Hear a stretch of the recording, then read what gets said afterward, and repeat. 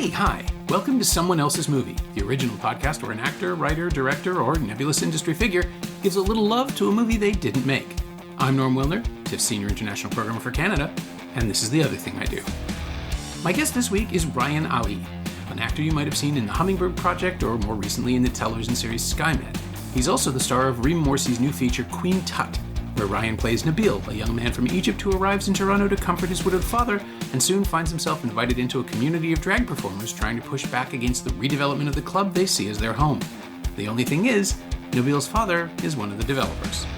Queen Tut opened theatrically earlier this year, and now it's available on digital and on demand across Canada and freshly streaming on Crave. So happy Pride, everybody. Check it out. Ryan picked Good Grief, the first feature written and directed by Daniel Levy after the end of his beloved CBC series Schitt's Creek.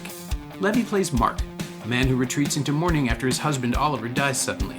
Over the following year, Mark's best friends Sophie and Thomas, played by Ruth Negga and Himesh Patel, do their best to bring him out of that shell and get him living again. It's not the movie people might have been expecting Dan Levy to make as the follow-up to a beloved sitcom, and maybe that's the point. This is Someone Else's Movie. You know, I was thinking about movies I had watched recently, and I remembered I actually watched Good Grief a week before it premiered on Netflix at the American Cinematheque here in LA. Oh, yeah. And I was just very, very inspired by it. I'm also an actor that eventually has directorial aspirations. So to see someone like Dan Levy take on, you know, not only directing, he also wrote the script for this and then starred in it. It was very inspiring to me, and I think that was part of the reason. And I also wanted to choose something that perhaps audiences had already had access to quite a bit. I mean, Netflix is, you know, a global platform, and if they hadn't seen it yet, then they would have access to it easily after this podcast. That is incredibly considerate of you. It doesn't always happen. That's right. Occasionally there'll be something so obscure that it's fun. Yeah. It's actually fun. And the thing I don't know sure. what's coming actually makes it so much more fun. But yeah, I Of course. had a chance to see it. I guess I also saw it just before it came out. It struck me watching it, and I went back and I found it in a couple of reviews. I was reading over them the other day. It's a movie about not knowing what to do next. From a guy who's just come off like probably the most successful thing of his career, like the most, Right. certainly the thing that will follow him forever because it's so beloved. From like right after Schitt's Creek, this is what he Absolutely. does. And it's a really interesting call, right? Like it's so completely, I mean, it's of a piece in a lot of ways. It's about existing in the world as a gay man without any signal to noise ratio, I guess is the only way I can put it. When I saw Schitt's Creek is about a lack of conflict, right? Like everybody's identities are already established. People don't have to explain themselves to each other. The world is the world, which is, I think it's great. It's something that more and more projects are doing. Queen Tut actually sort of goes in the opposite direction, which we can talk about in terms of the way the characters' stories are revealed. But it's this really interesting new stage of queer cinema, queer television, where the audience is there. You don't have to worry about the straights, right? The language is out there.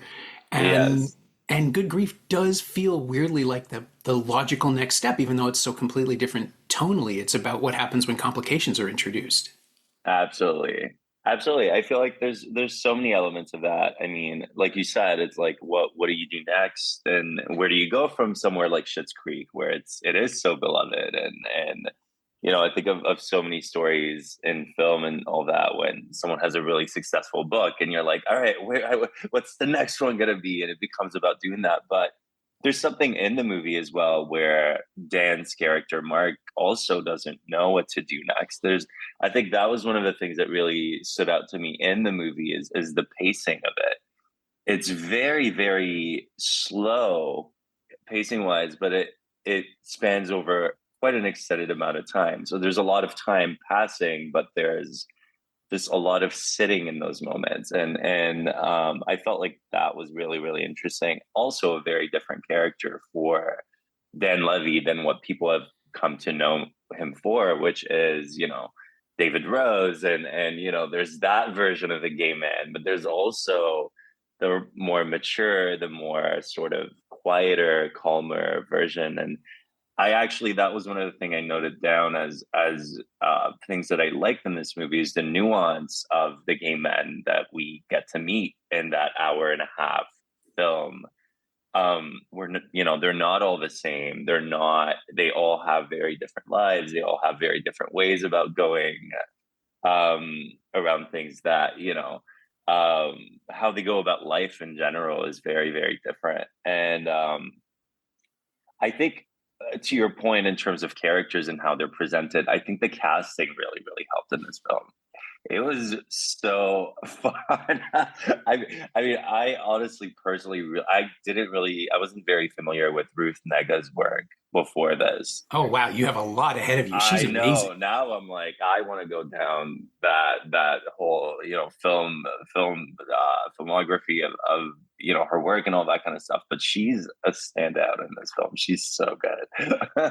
Yeah. And she never gets to be a life force the way she is in this one. Like so many of her films, they cast her for her dramatic chops. Right. I'm thinking like most recently things like Loving, Jeff Nichols' film. Oh, I remember that trailer. I feel like I remember that. Yeah, it's her and Joel Edgerton, and you get flashes of why they love each other, but it's so much more about being quiet and waiting for the writ to drop on so many things. Yeah. Or something like Passing, Rebecca Hall's film, where again she's great, but she's not given a lot. You don't get to see her laugh enough, and she has an amazing laugh. Oh my God, incredible. It's contagious, that energy. And we all have that friend that's like, it's eccentric, but it's also inspiring. You're like, okay, sometimes I gotta like bring you down from the clouds, but sometimes I have to go there with you. And it's beautiful. I really love that sort of energy for this character. Yeah. Well, I mean, because it's the David character, right? Like it's who he would have, right. I think it's who we assume he would have played in a story like this. Yes. And it's great to watch Levy negotiate with her for the screen, right? Like this is the thing I never would have thought from Schitt's Creek. I have to be honest. I didn't expect him to be such a graceful scene partner. Like that show is sort of his, I mean, it's obviously he became the driving force pretty quickly on screen as well as off screen. But he's really generous. He's great in an ensemble. He's like tremendously skilled at being able to modulate his energy and dial it down, even in something like Happiest Season, where he's really just there to stand in the corner and deliver exposition. Like talk sense to people. Yeah. And he comes in and he shoots his shot and he leaves. And here it's just like he is watching people. He's listening to people. It's like it is another gear for him that I wasn't familiar with. Absolutely. And I mean, that's I think in terms of acting, I mean, as an actor myself, I feel like that's such a big compliment to be able to for people to perceive how in the moment and how present to other people's being you are, because that's a big part of acting as well. Is like you don't want to be just thinking about your character and what they're feeling. It's like, no, it's like I've done, I have an understanding of who this person is, and right now I'm sitting in this moment with this other character, and what am I feeling about, and what, like it becomes about the other person. And I do think he does that really well in this film. And, again, like to manage all of that. I mean, now that I've done a film by myself, not directed, but now that I've, led in a movie, I've gotten to see the ins and outs of what goes into all of that. And all the things that I had to think about as an actor. So then to think of adding on a whole directing side at the same time, that to me is just such an achievement. But I do wonder how that might have affected, him being so aware and so prepared of like everything that was going on in the scene, to then just be able to separate yourself and just sit in it. I think I'm sure there's such a cohesive experience of I mean, when it goes well, I'm sure they both feed into each other, I guess. Yeah, I've always wondered how you manage it, just because like the most obvious, the first time I was ever on camera, all I did was look at the monitor. I couldn't look at the person I Yeah. was talking to, and I wasn't acting. I was just on a talk show. Right. And I'm just glancing. And then they rolled it back and said, we have to do that again. Yeah, you're like, this is not. Yeah. But then to be responsible for it too, like to need to know where the grips are standing and what the lighting is doing and all that stuff. Just to sit and to not look like you're waiting for it to be over, right? Like not look like you're waiting to call cut or even to say your line. I wish I could remember who it was. A director once told me the easiest way to spot a real actor is that bad actors wait to say their line, great actors wait to speak. Yes. It's the simplest thing. It really is, but it's so true, and it resonates so much to a great actor like me. No, but actually, I do understand it, and as in, if 10 years ago I probably was waiting to waiting for me to say my line, and now I'm just so detached and uninterested in doing all of that because that's not what excites me when I'm in a scene with somebody. I remember I was in the Hummingbird Project a few years ago, and that was like sort of the first role that I'd taken on that I was like, oh, I can really do this. That's like I'm going to pursue this to like be as far as I can go as an actor. And I remember I cut off Alexander Skarsgård halfway through his line, and I just went with it. I just, I doubled down on what I was saying rather than just back up or be like, no, because those are the moments that are the most interesting to me, is the moments where things happen unexpectedly. I was just so pissed at him that I couldn't wait for him to finish. I was like, now is the time that I need to stop, And I remember Kim Newen, her director back then, even before I got the part at the audition, had sent a note to all the actors saying that I'm most interested in actors that just go with their impulses. And so the fact that kind of happened organically on set later on, I think, when I listen to all the actors that inspire me and all that kind of stuff, those are the moments that are the most unexpected, but that create the things that we end up seeing on screen. And that's what excites an audience at the end of the day, and is more real than just waiting to say some words, Yeah, like the feeling that you're watching something that's really happening. Exactly. Yeah. And there's a version of Good Grief that's very stately and serious, and it doesn't breathe in the way that Levy's film of it does. I mean, he wrote it, so of course he's going to know how to do it, but we've all seen self-serious first features from actors, and I think on some level your brain is braced for that for the first 3 or 4 minutes of any film. If you have that piece of information, it's just like, oh. And it doesn't happen here. I mean, I braced for it, but it didn't happen. It's really reassuring to watch someone kind of get himself, like understand how to use himself as an actor, as a vessel, as a vehicle, but also, this film could be the version of this film that I was dreading, honestly, is the massive pity party, right? Like the sense of people circling around him, telling him how great he is and how everything's going to get better, because we have seen movies like that. And I was honestly really impressed that he cedes the space and plays a person in the middle of other people. And I hate the word the actor's journey, but the journey the character is on, trying to understand a relationship, trying to understand two relationships, right? Because also there's the loss of his mother earlier in the story. But he's trying to figure out all of these things through the numbness that everyone who's experienced loss recognizes. And it kind of isn't a false note there. That feels genuine. Yeah. Oh, absolutely. I think there's it's such an unexpected way. It's like you said, because of all these factors that we're talking about, of the success that Dan Levy has had to now have the ability to create his first feature on this level.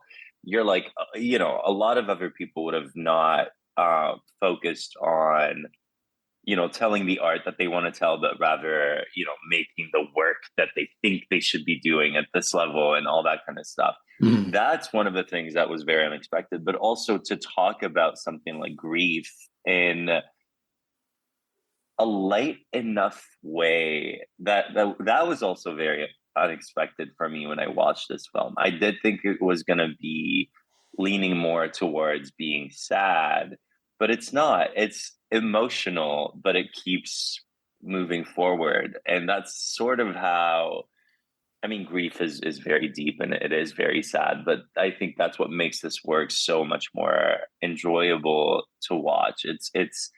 It allows us, again, it allows us to just sort of sit in those moments and take them in, but still move forward as life does. And it finds a lot of moments for humor. Yeah. And again, Ruth is one of these people that adds to that, but then so many unexpected moments like throughout the movie that, you know, make you laugh, and you're not expecting to laugh in a movie called Good Grief. That's like, you know.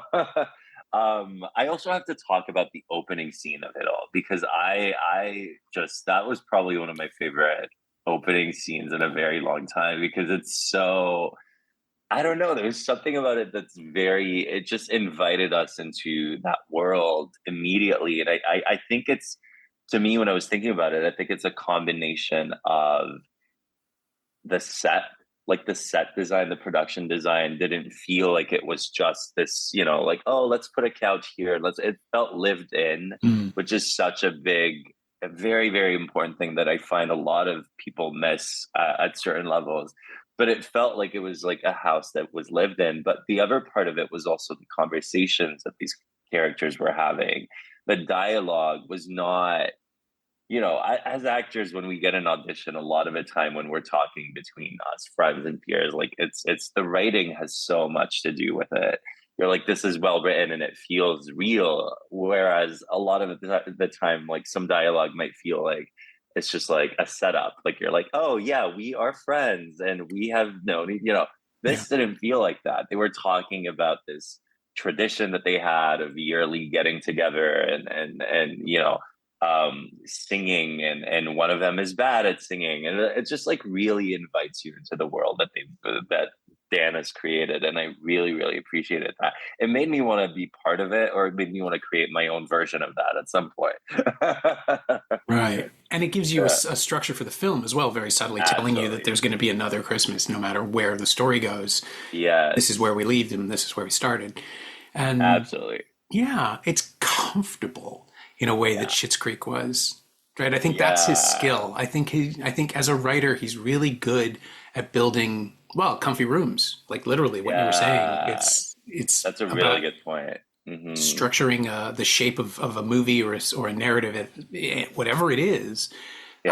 He's less interested, I think, in who pays for what. And like there's money floats around, there's an issue, but it's quickly resolved. It's like that. What was the Soderbergh line in Sex Lies when he gives James Spader, he gives Graham a throwaway line about someone asks him where the money comes from. And he says, "Oh, it's under my mattress," and they never explain it. And he had this huge backstory.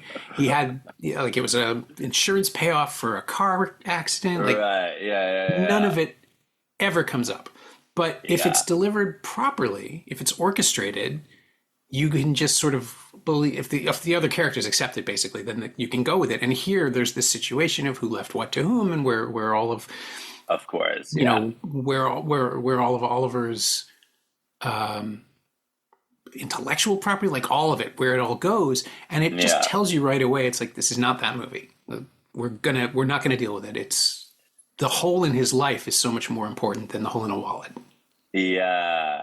And to your point, it's such a contrast to Schitt's Creek that the whole setup was about the financial sort of loss, and how do we cope from this, and where do we get the money from, and what do we do with it, and all that kind of stuff. Yeah. But it's resolved, right? Like by the end of the first episode, there you go. That's right. Yeah. That's right. Absolutely. And it creates this, like you said, this sort of foundation that there's a structure where you're able to focus on the characters and the dynamics, rather than, you know, the financial aspect of it as well. That's actually such a good point of his ability to create that very sort of seamlessly of, yes, I could see all these people being friends, and you know, also friendship is such a big part of Good Grief. in that it really puts the friendship at the forefront and in the spotlight rather than the relationship. You know, we could have gone, I think a lot of other people might have thrown in a lot more flashbacks with the Mhm. husband and making that relationship feel. But I feel like in a very, very short time, you can tell that that sort of was the ideal relationship or the perfect relationship that they set it up to be. Especially when like you have a friend like Thomas that keeps interjecting, being like, why don't I have that? Why don't, you know, when am I going to get that? And so I think it really sets it up to be, again, like the perfect relationship, but without spending too much time putting like Oliver and Mark at the forefront. It's rather him coping with that loss with his friends. And I don't think I can, you know, there's not a lot of movies where you can think of all the friends as the leads rather than, you know, the lead and then the supporting friends being like, you know, oh, the eccentric, it's like all of them sort of feel like that center, and they're all supporting each other with everything that they are all going through, and that's really what those group of friends usually feel like. And I thought that was really, really cool to kind of, you know, shine a light on those relationships as well.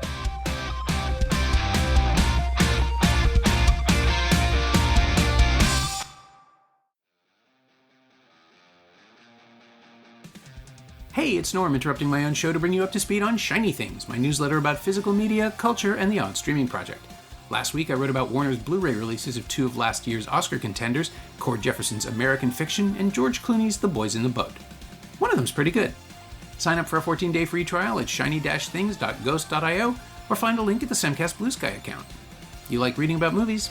I like writing about them. Come check it out.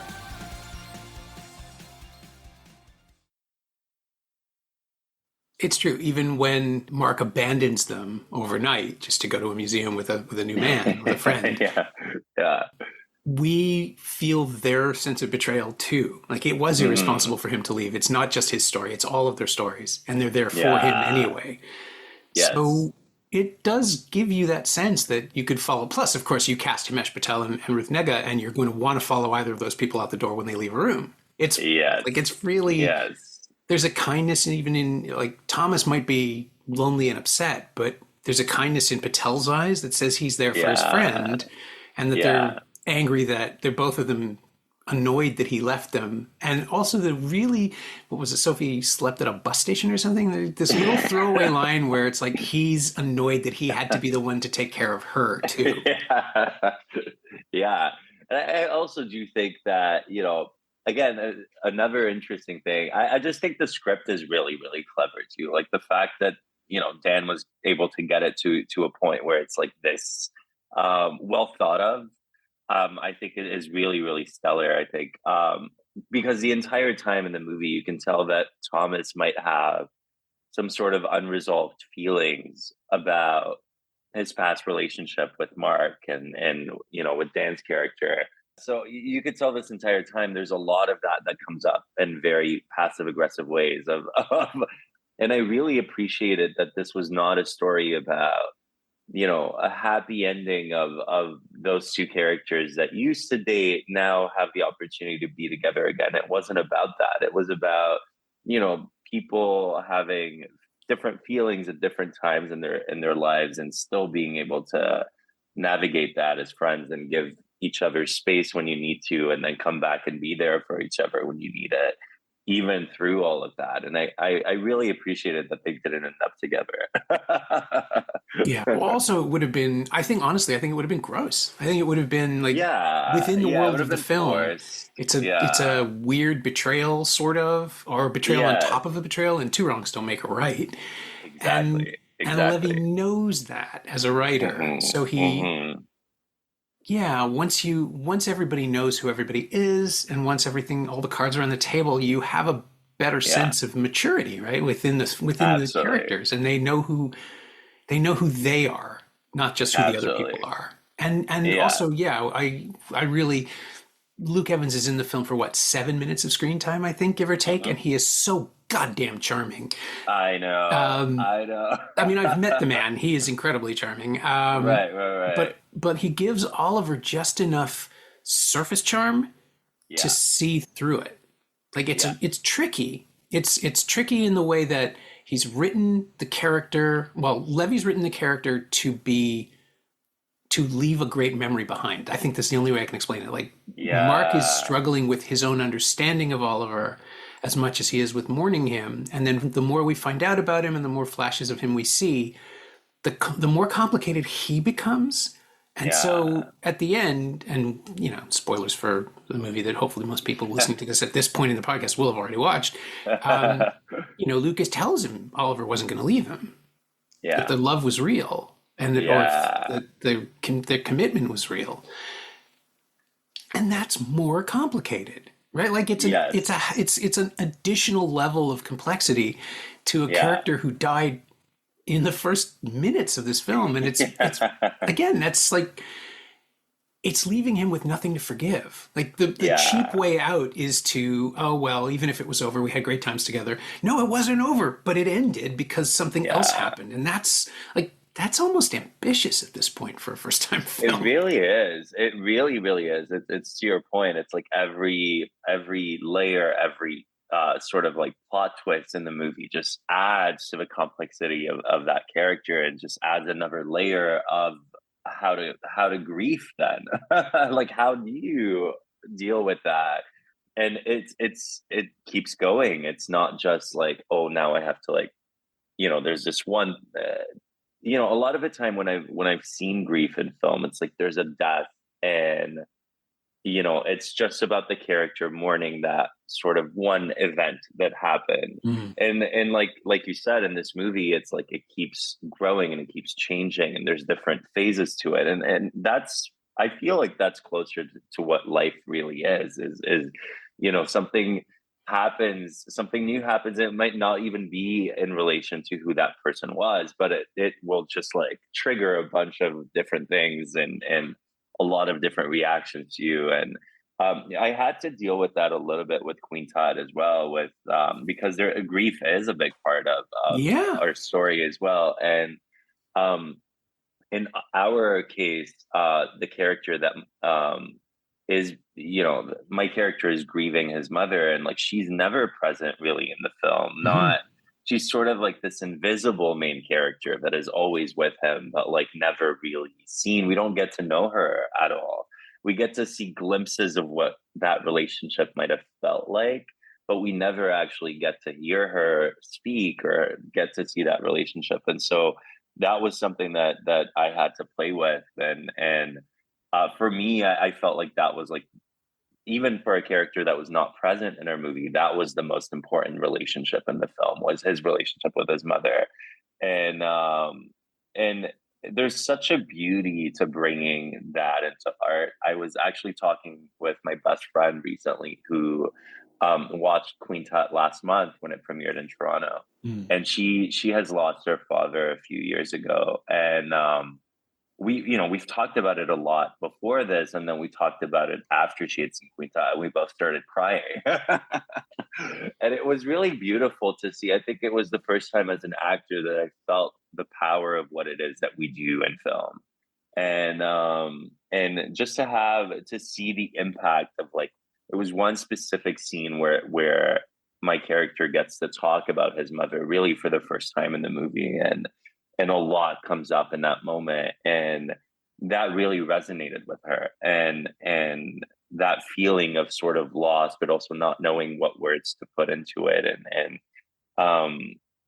yeah, so I really, really feel like the power of filmmaking is it comes up in moments like that, and it comes up with topics like that are so human and so deep, and there is a lot of that in Good Grief. But I also like the spin of adding humor to it and making it more lighthearted and something that people can watch and resonate with, but also just there's acceptance within it as well, which is really cool to see.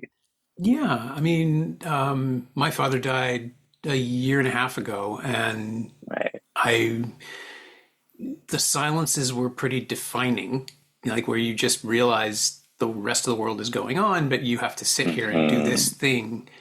But then, yeah, the thing I remember most vividly are the attempts of people to try to lighten the mood and then reflexively pull back because they were scared of upsetting or offending the mourners. And Yeah. it's all you want. Like, all you want is to Hmm. be able to laugh something off. Yeah. It's Yeah. such a clear instinct. Um, Yeah, and there is some of that in the movie. I mean, I don't know if you remember that scene with when they're trying to set up Dan's character with like a dating app, and yeah. then like what was it? I think Dan is like, do I look older to you? And Mav's character is trying to be like, no, no, no, you look fine. And then Ruth is like, of course you do. Your husband died 6 months ago. Like that is so it's so real. And to me, as I really appreciate the friends in my life that can do that for me, that can just be like, this is the situation we're in. As bad as it is, as much feelings as there are in there, I'm gonna tell you facts. I'm not gonna try to sugarcoat things around it. And I really appreciated that moment. It was really sweet. Yeah, everybody keeps insisting Sophie's the inappropriate one, but she's actually just honest. Yes. I mean, she's Yes. honest a lot, Yeah, she's which is a very yes. problem. Absolutely.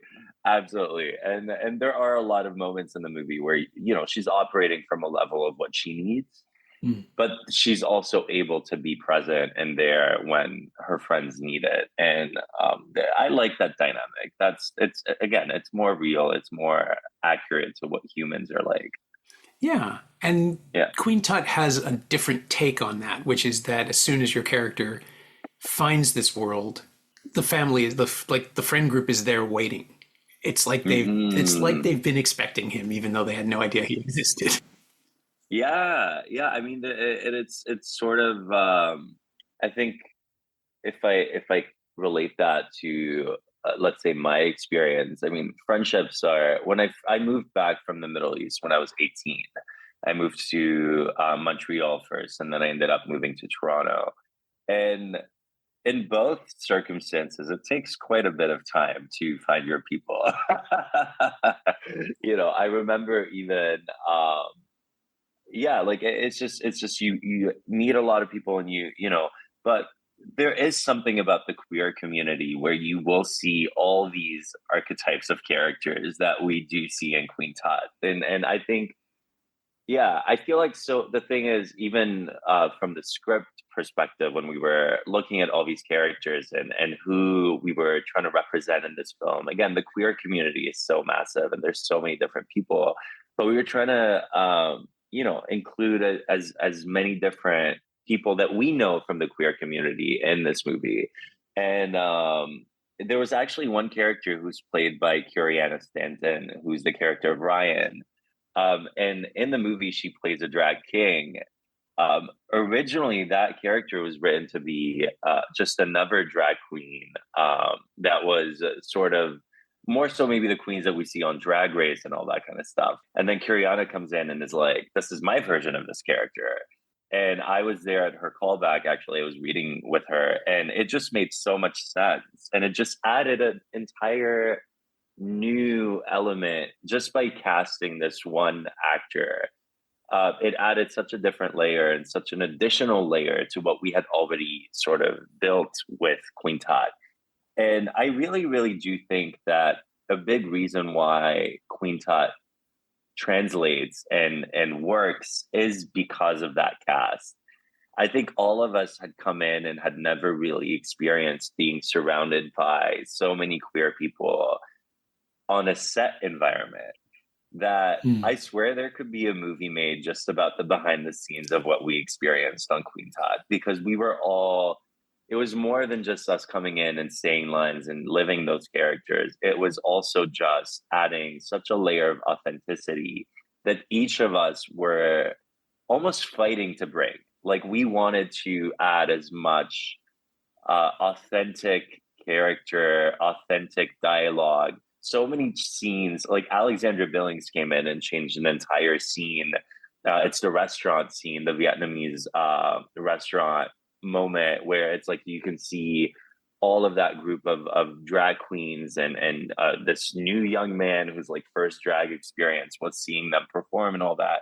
And the scene was originally written to be a bit more of they were all being sassy towards my character and they were all being sort of um almost like critical of him, and Alexandra, just having been in those rooms before and having experienced those moments before, just didn't feel like it was authentic and accurate, and she wanted us to be more inclusive of him and more understanding of his position. And that just, again, adds an entire element of just love, and it really sets up that relationship from the very beginning to be that of like a mother to a son, and there you have a man who's just lost his mother. And so again, there's just a lot of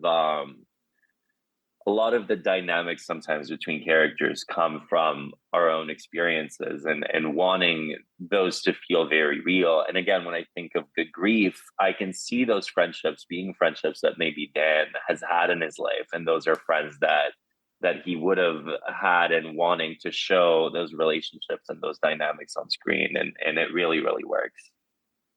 Yeah, and I think it's just that simple, right? Like as a writer, you want to be alert to that stuff and find ways to use it, but not build it artificially. Yes. I don't think he wrote this movie because he wanted to talk about his friends specifically. No, but yeah. There are patterns and there are elements and there are recurring things about human interaction that suit it. Yeah. And by turning it into a film about someone who can't stop thinking about his grief process, like who can't stop questioning if he's doing it properly. Yeah. When, everybody who's been through it knows from personal, like there is no roadmap. You just have to let it happen. Yeah. Yeah. As much as I think Garden State has dated terribly, that scene where Natalie Portman says you're in it right now. Right. That's true. That is the truest thing. And that's all we know. That's all we know. Yeah. That's all and it's in Queen Tut when Nabil goes away for a second or two here or there. Yeah. Like you just have that moment where he recedes into himself. Yeah. And again, you mentioned no flashbacks, which I think is the right way to go in that case, because he's in a completely new environment and there'd be no point, I guess. Yeah. We're seeing him as the Toronto community sees him. Yes. Like, to be shaped and molded, but also rescued. Yes. Absolutely. And that's not what Good Grief is about.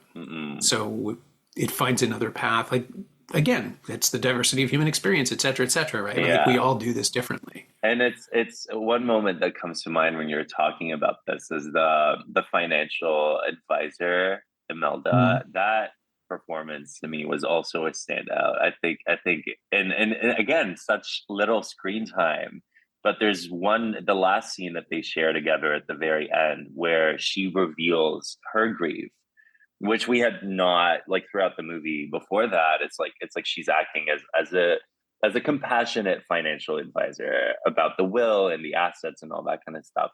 But then at the end you get to break into the human behind that. And she has one line, and it's just like her emotions just sip through. And I almost want to know more about that person just from that moment. She says a line actually that stayed with me. And I think she says, to avoid sadness is to avoid love. And it's just such an emotional moment. And with that one line, it says so much. And, I think that there's a beauty in that, where it's like she has had more time to grieve versus Mark's character, and yet she's still in it. She's still in the human experience. She's still where she is, let's say 14 years after that has happened or whatnot. And he's in it a year after it has happened. And I just felt like that exchange was so beautiful as well. Yeah, again, it gives the supporting characters the humanity that he's allowing himself, right? Like it's not just about him. It's not about the character played by the writer. Yes.